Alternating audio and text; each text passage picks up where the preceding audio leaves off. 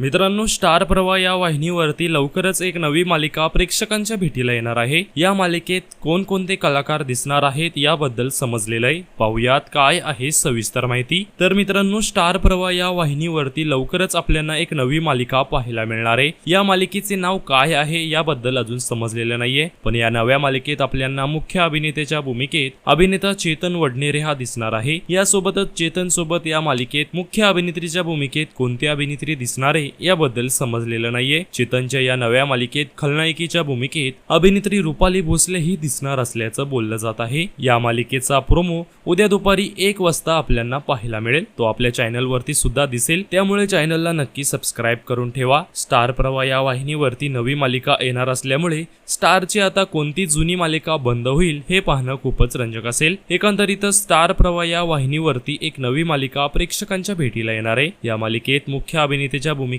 चेतन वडनेरे, खलनायिकेच्या भूमिकेत रुपाली भोसले हे कलाकार दिसणार आहेत। तर मित्रांनो, तुम्हाला ही नवी मालिका पाहायला आवडेल का हे आम्हाला कमेंट्स मध्ये नक्कीच सांगा।